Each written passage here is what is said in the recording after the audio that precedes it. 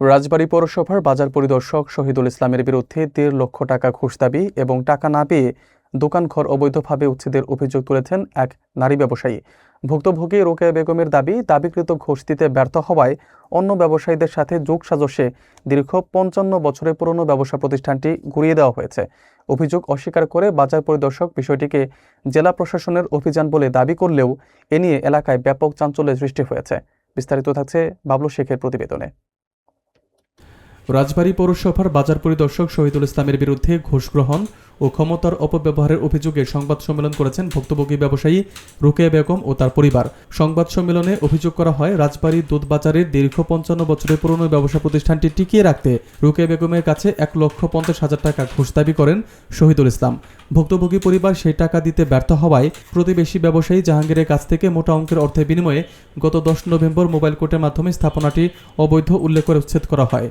রোকেয়া বেগমের ছেলে মোহাম্মদ সাকিব সর্দার অভিযোগ করেন, বাজার পরিদর্শক শহীদুল ইসলাম দীর্ঘদিন একই কর্মস্থলে থাকায় প্রভাব বিস্তার করে বিভিন্ন সময় সাধারণ ব্যবসায়ীদের হয়রানি করেন এবং ফুটপাতে দোকান বসিয়ে মাসোয়ারা আদায় করেন।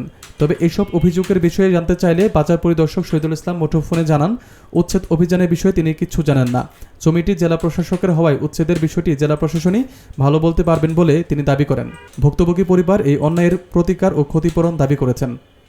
আমাকে যদি এখান থেকে উচ্ছেদ করে দেয়, তিনি ১,১০,০০,০০০ টাকা এই জায়গার দাম দেবে। টাকার বিনিময়ে জোরপূর্বকভাবে আমার এই ক্ষয়ক্ষতিগুলো করা হলো। আমি পৌরসভা শহীদ আমার ডাক দিল, শহীদ আমার ডাক দিয়ে আমার কাছে টাকা চাই ১.৫ লক্ষ টাকা চাই। আমি বললাম, এত টাকা আমি পাবো কেন? গরিব মানুষ আমি না তোদের না বুঝতে পারে পরে এদের সাথে সংযুক্ত হয়ে টাকা পয়সা খায়া আমার এই দোকানটা ভেঙে দিচ্ছে। আজ ২৫টা বছর ধরে আমার এরকম করতেছে, হয়রানি করতেছে। আমার এত হয়রানি করার মানেটা কি? আমি এদের কাছে বিচার চাই, আমার সুস্থ বিচার করুক। আমার এই যে ভাঙচুর করে আমার কত ক্ষতি করছে, এই ক্ষতিগুলো কে দেবে? আমার এই ক্ষতিগুলো বারবার আমার শুধু ক্ষতি করাচ্ছে। এই শহীদ আমার কাছে ১.৫ লাখ টাকা চাইছে যে দোকান হিসাবে আপনারা টাকা দেন, তারা তো আমার টাকা দেবে। আমি টাকা দেবো কেন? আমি ডিসি স্যারের জায়গায় থাকি, আমি ম্যাডাম রে বলবো। কয় ম্যাডাম রে বলো গে তুমি?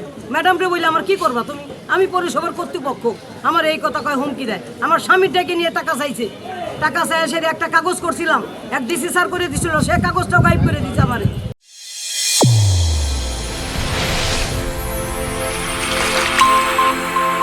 চ্যানেল A1 হৃদয় রেসপন্স।